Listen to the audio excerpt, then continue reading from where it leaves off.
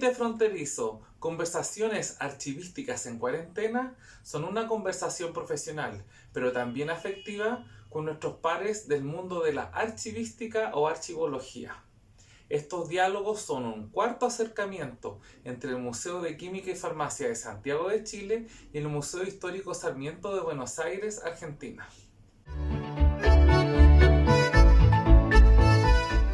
Mi nombre es Rocío Caldentey y soy egresada de la carrera de Historia de la Facultad de Filosofía y Letras de la UBA y egresada de la carrera de Tecnicatura Superior y Administración de Archivos del Instituto Superior de Formación Técnica y Docente número 8 de La Plata. Hace aproximadamente 12 años me dedico a investigar sobre cuestiones de archivo y trabajar en archivos. Mi carrera profesional se ha desarrollado en su mayor parte en el Archivo General de la Nación, primero como asistente técnica y luego como coordinadora del Departamento de Documentos Fotográficos.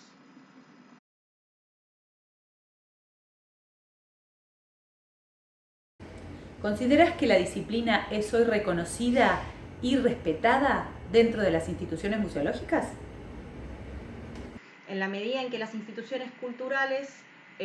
no han podido reconocer la especificidad de la disciplina archivística y no han incorporado a su plantel personal capacitado en esta área del conocimiento, no han sido pocos los casos en los que por un tratamiento inadecuado se han violado los principios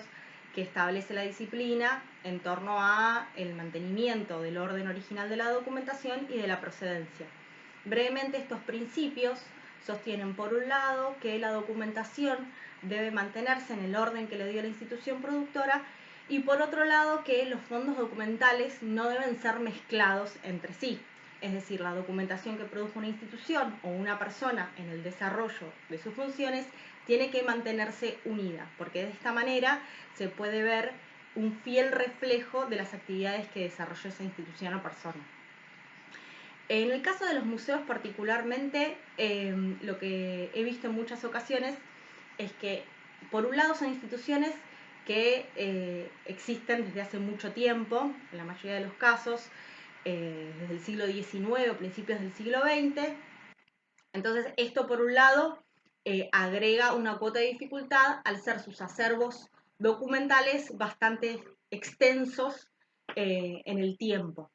Mientras más voluminoso es un archivo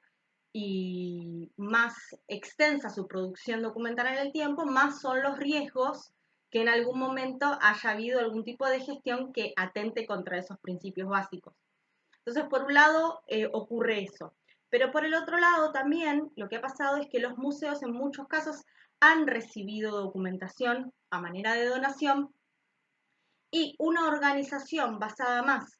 en reconocimiento de temas y asuntos relevantes para el museo ha hecho que en muchos casos los documentos fueran agrupados por temas.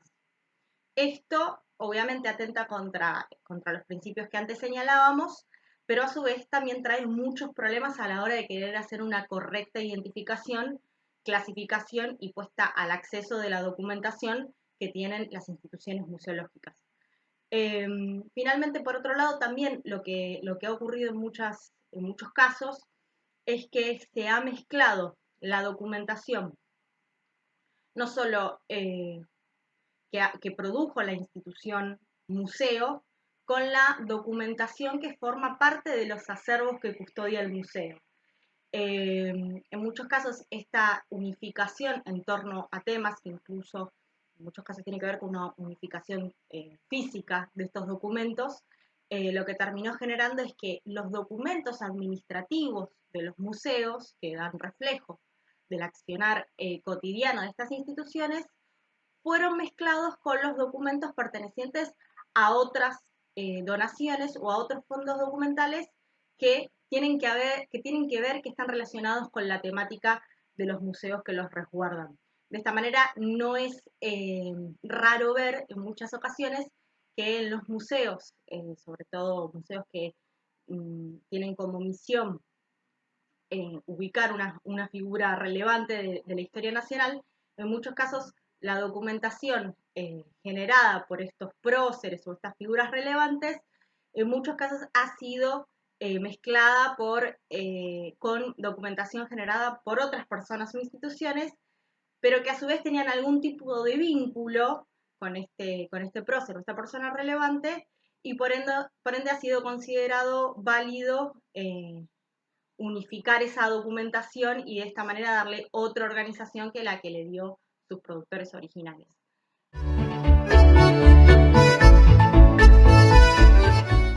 ¿Crees que en los museos u otros espacios se producen desórdenes en cuanto al principio de procedencia de los fondos documentales? Bueno, la respuesta a esta pregunta la podría responder en dos partes. Por un lado, se podría pensar que los museos un poco funcionan como un reflejo de lo que pasa en otros ámbitos de la sociedad.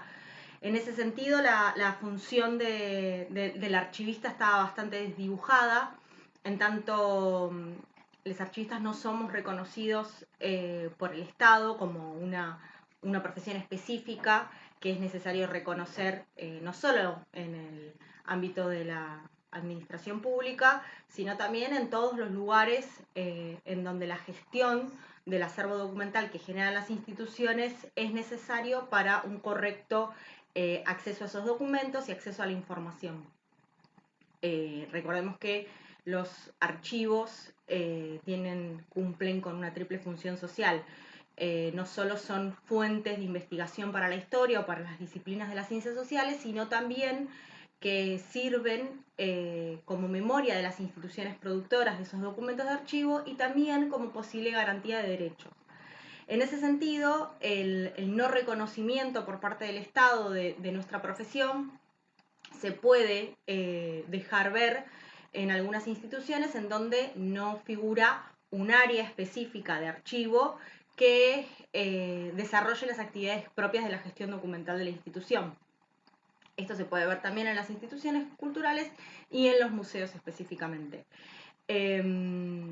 Por otro lado, otra cuestión que, digamos, contribuye a este desdibujamiento del rol de los archivistas tiene que ver con las tradiciones disciplinares de cada una de estas instituciones. Así como en la bibliotecología hay una determinada forma de tratamiento de los documentos, que no son documentos de archivo, pero sí documentos al fin y al cabo, en los museos también existe esta tradición que tiene que ver con la gestión de los objetos museológicos. Entonces muchas veces lo que ha pasado es que un determinado objeto o un determinado documento es trabajado particularmente a través de la perspectiva de la disciplina museológica. Y en muchos casos esta perspectiva ha imposibilitado que esos documentos fuesen tratados también desde una perspectiva archivística que los ponga en contexto, es decir, no solo trabajando el documento desde su individualidad y sus características, sino también ponerlos en relación con el resto de los documentos que fueron generados por una institución o persona en el desarrollo de sus actividades. Sin embargo, debo decir que decir solo esto sería una visión bastante pesimista de cuál es el lugar de la disciplina y qué tan reconocida está en los museos, porque la realidad es que si bien esta es la situación macro, en el sentido de que la disciplina no es reconocida y que faltan crear las áreas de archivos en las instituciones, la realidad es que de un tiempo a esta parte el campo de la archivística ha generado a través de sus bases cierto reconocimiento de la disciplina y hoy por hoy la gente está un poco más al tanto de cuáles son las actividades que desarrolla un archivista. En ese sentido, muchas instituciones, entre ellas museológicas, han tenido como iniciativa incorporar personal a sus instituciones que gestionen específicamente el patrimonio relacionado con los documentos de archivo y por otro lado, en el caso de que en muchas circunstancias esto no se pueda concretar por diversos motivos, entre ellos el de la administración, que a veces es muy difícil de llevar día a día, cuando no se han podido incorporar personas especialmente capacitadas para esa área, lo que se ha hecho es capacitar al personal existente en esta disciplina y de esta manera empezar a incorporar prácticas que redunden en una mejor gestión de los fondos documentales y colecciones y también en una apertura al público de sus acervos documentales.